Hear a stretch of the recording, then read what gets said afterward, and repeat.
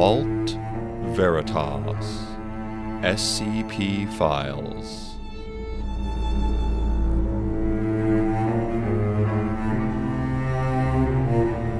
Episode 41, Hand in Hand.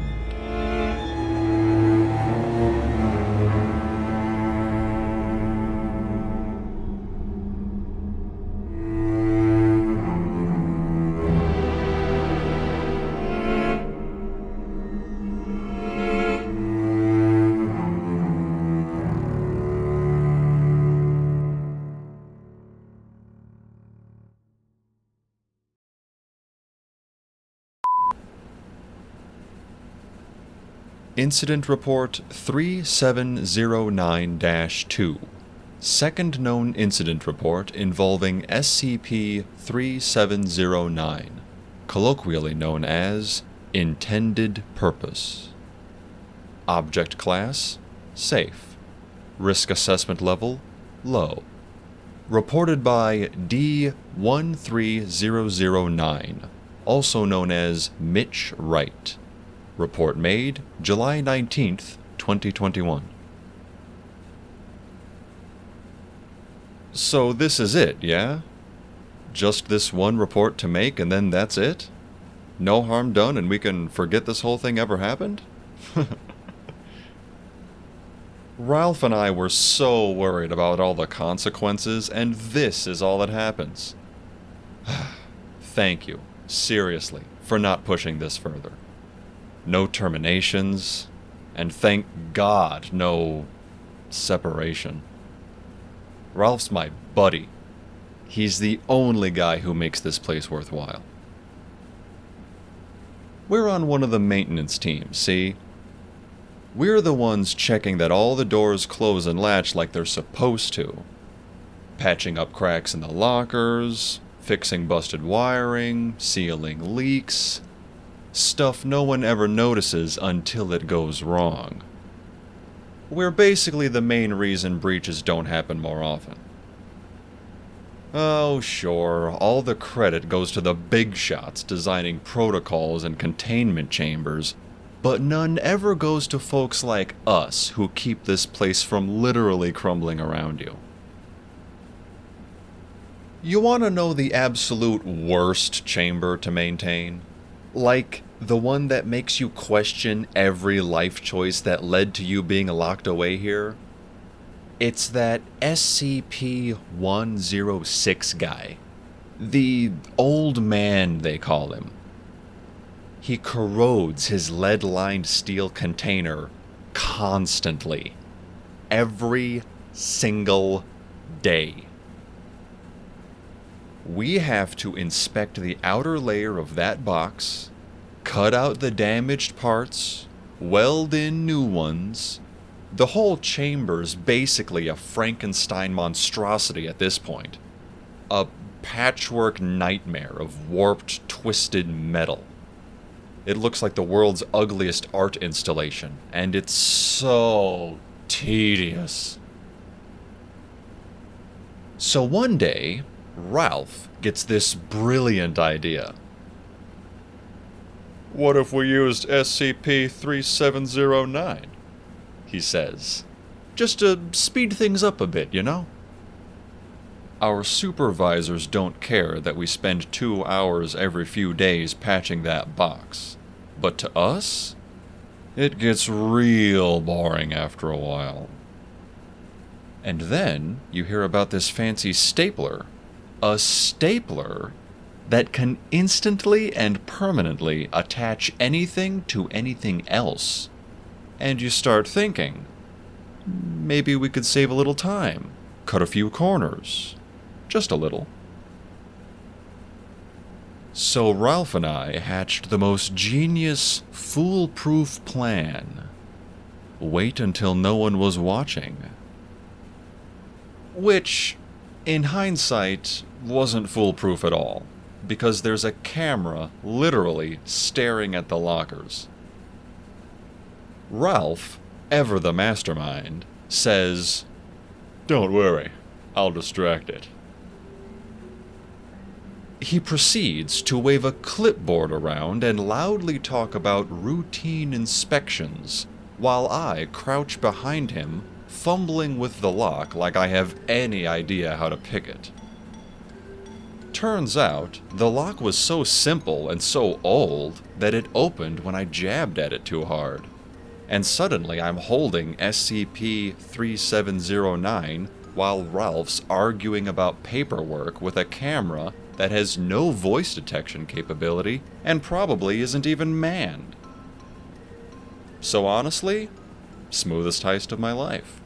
Way simpler than what ended me up here in the first place. So now, we've got the stapler. We head back to 106's rust bucket of a containment chamber and start stapling patches onto this Frankenstein's cage, and let me tell ya, it's such a mangled disaster already that you'd never know we weren't fixing it the proper way.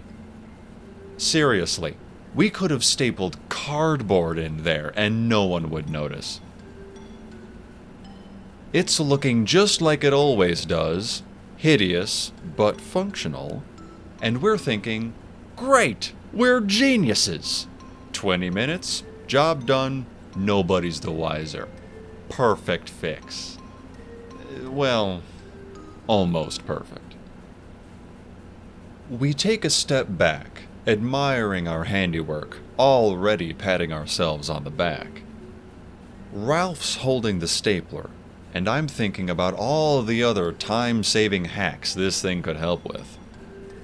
When Ralph trips over a warped piece of metal that we hadn't used. He crashes into me. There's this loud cha-chunk and a quick stab of pain, and suddenly we're on the ground in a heap. I try to get up, but my right arm jerks me back down, dragging Ralph with it. Confused, I look down and spot a dark, oversized staple lodged through my hand and straight into Ralph's left. We just stared at each other, stunned, until Ralph broke the silence.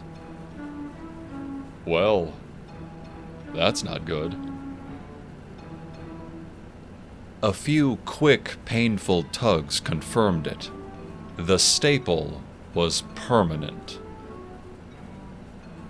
After scrambling away from the camera's prying eyes, jerking and dragging each other into a maintenance closet a few corridors down, we paused to scheme. Telling our supervisors was out of the question. We'd swiped an SCP. Was that grounds for termination? Or worse, might they actually separate us? I glanced at Ralph. His usual big, warm smile wiped clean off his face, and I knew we couldn't let that happen. There's nothing else for it, I said.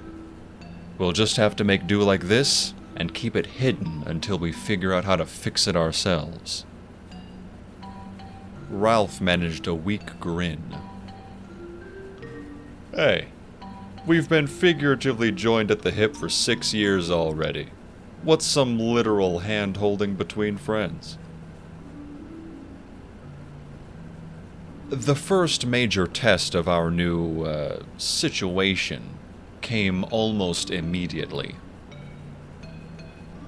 After patching up 106's cage, our next task was a simple repair in a safe class containment chamber. Nothing fancy, just replacing a rusted out metal panel. Easy stuff. Usually. Takes about 5 minutes. Usually. This time, however, I had a Ralph permanently attached to my dominant hand. All right, I said, trying to ignore Ralph breathing directly into my ear as he stood way closer than usual, both of us awkwardly angling our arms to keep the staple hidden from the cameras. You hold the panel steady, and I'll bolt it into place. Ralph grunted in agreement and yanked his hand, still attached to mine, down toward his hip so abruptly that my shoulder nearly popped out of its socket. "Ow!" I yelped, and elbowed him hard. "Look, since you're holding the bolts, maybe switch them to your free hand before you drop them everywhere." Fine. I awkwardly fumbled the bolts into my left hand while Ralph grabbed the panel. After some acrobatics and contortion, we managed to get it in position, pressing it to the wall with our connected hands. I reached for a bolt to get started, and since my left hand is so damn shaky, naturally the entire pile went clattering to the floor. I glared at him, leaned down to grab a bolt, and completely forgot about our stapled hands. Ralph was yanked off balance and smacked his forehead directly into mine. The panel dropped with a deafening clang. Before I could so much as rub my aching forehead, a voice barked from behind us. "Everything okay in here?" We froze. A guard stood in the doorway, summoned by the racket, his hand resting casually on his holster. "Fine," I blurted, way too quickly.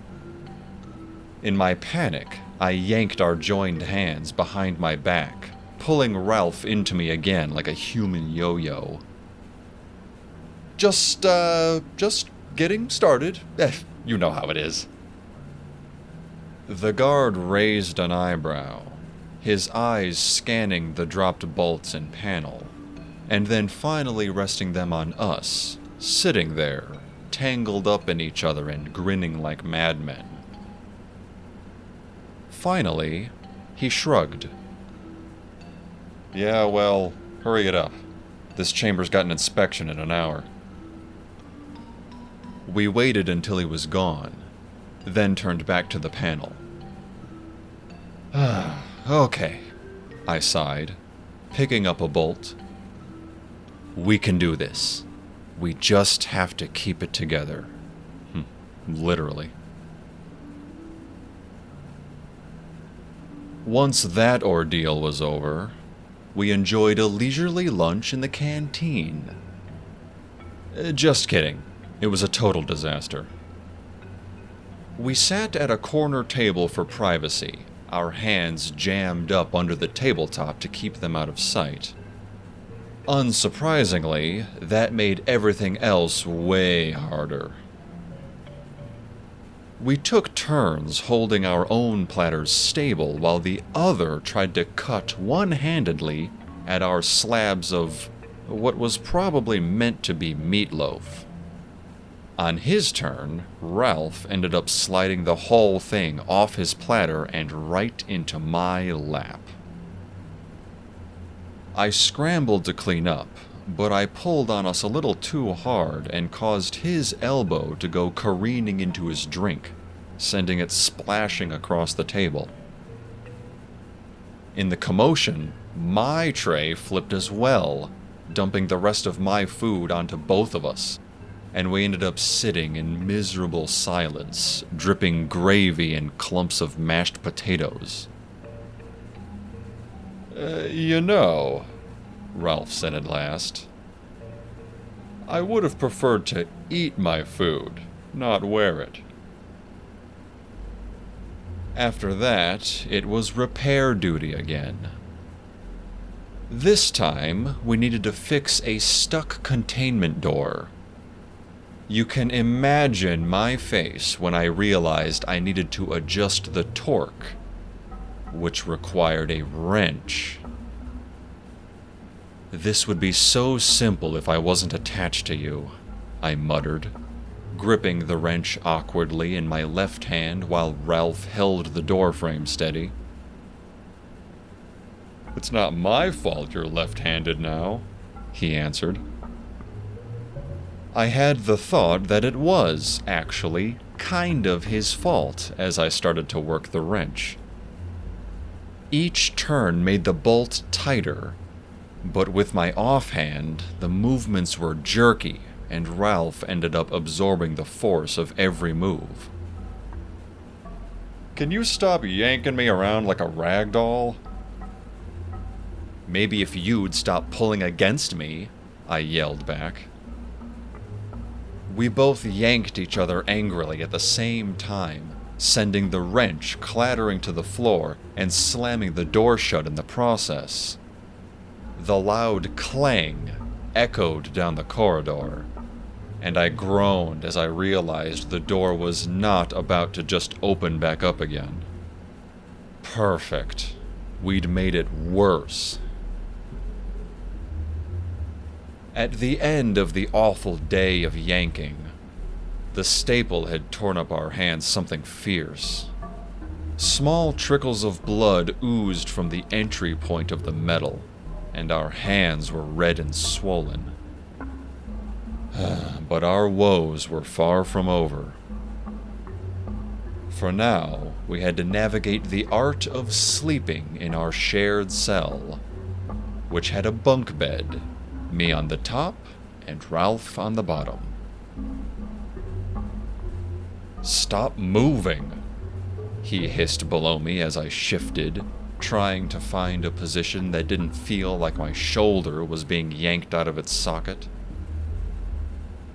"I'm not moving," I whispered back, our hands stuck in a tug-of-war between bunks. Mine dangled precariously from the top, hanging down from the side with the full weight of both our arms resting on my shoulder. His, in contrast, was stuck pulled up at an awkward angle, and the weight and pulling tore our skin. For a moment, it almost seemed like we might actually fall asleep. But then he must have rolled over, for our arms jerked, nearly sending me off the edge of the bed and causing Ralph to thud against the wall. I heard the faint tearing in my hand before I felt it, and I can tell you, there was no sleeping that night. The morning found us huddled on the cell floor, leaning back to back like the losing team in the world's worst team-building exercise. Ralph mumbled something about needing to head to our next assignment, and I groaned so loudly that it probably echoed through the walls to wake our neighboring D classes. There was no way we could survive another day of this madness. A quick glance at our mangled, bloody, torn hands was all that was needed to convince us that this simply couldn't last. Every step towards our supervisor's door felt like descending towards our doom. As much as I'd been ready to tear my hair out from spending 24 hours stapled to this man, the thought of being separated from him, possibly permanently, was so much worse. Would they reassign us? Would they terminate us? As the knot in my stomach tightened, I found myself wondering, could I possibly live with this awkward, aching, yanking arrangement forever if it meant keeping my best friend? Was there a way to make it work? Well, turns out I didn't have to worry.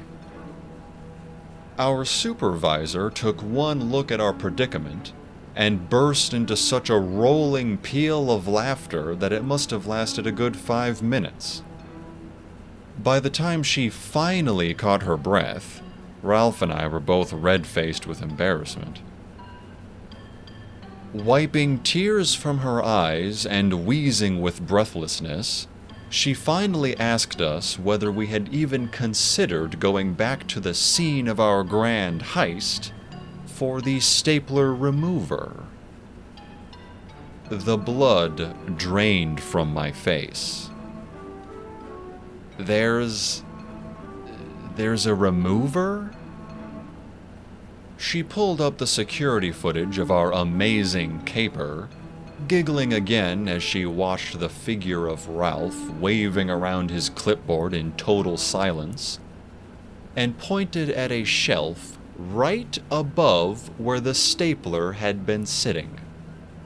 Sitting there, a tiny dark blob on the camera, was the stapler remover that I hadn't even noticed in my rush of adrenaline. I noticed Ralph staring at me, slack-jawed. I stared right back. And for the first time in 24 hours, we moved in perfect unison to smack our own foreheads with our unstapled hands. So that's it then. That's the end of all this madness. The staple was removed in about 5 minutes, and we got a talking to from our supervisor that was supposed to be stern, but mostly turned into an exercise in not bursting out laughing again. After that, we were sent on our way. Our movements are a bit more restricted now. We're on a system of timers to make sure we get to each assignment without enough spare minutes to sneak away again. Joke's on them, though. They sent us straight back to repair 106's cage. And without the anomalous staples, it's gonna take twice as long as they think it's going to. It always does, and they're just gonna have to deal with it. I'll take the time to do the job right from now on. No shortcuts, no SCP-powered hacks. Not because of the rules or the lecture or whatever, but because I'm doing it with Ralph, and 2 functional hands. Well, 1 functional and 1 heavily bandaged hand, at least. I've been thinking about it a lot. I think friendship is a bit like maintaining those cages, actually. They're never perfect, never 100% functional, but you keep working at them endlessly because they're holding something important. That's what Ralph and I have, I think. Sure, sometimes it feels like we've been stapled together by our own misfortunes, by the bad luck of the universe itself. But honestly, I wouldn't change it for anything.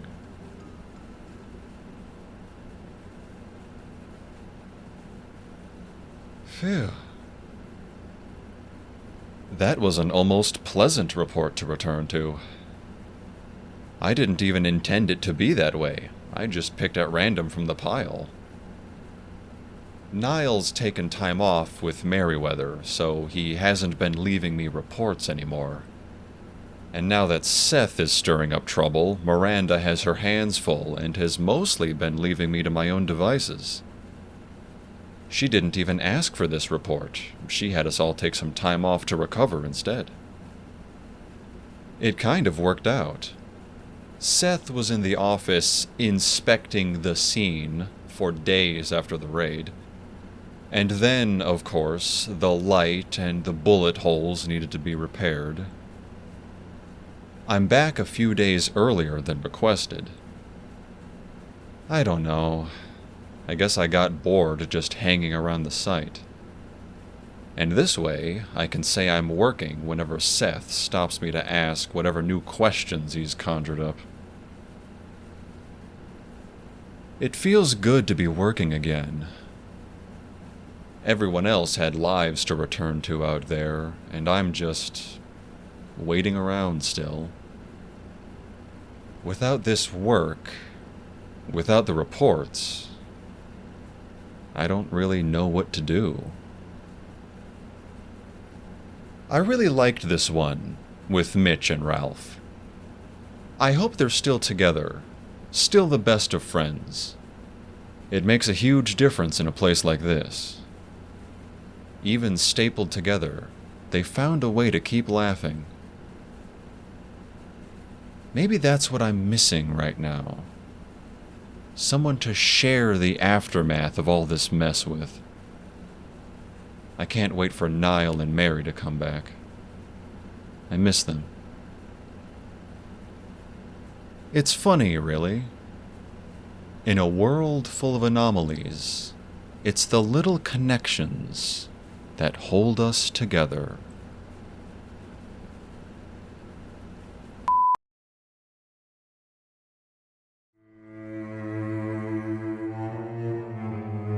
Vault Veritas SCP Files is a podcast inspired by the SCP Foundation. Hand in Hand is based on SCP-3709 by Rock Teeth Moth Eyes and SCP-106 by Dr. Gears from the SCP Wiki located at scp-wiki.com/SCP-3709 and scp-wiki.com/SCP-106. It is licensed under a Creative Commons Attribution Share-alike 3.0 unported license. This episode featured Justin Gellner as Scott Anderson. It was written and edited by Leola Angel. We welcome comments. Please rate and review us. Email us at vaultveritas@gmail.com. Join our Discord channel using the link in the episode description. Visit us at Blue Sky. Or for additional content, visit our Patreon. Thanks for listening.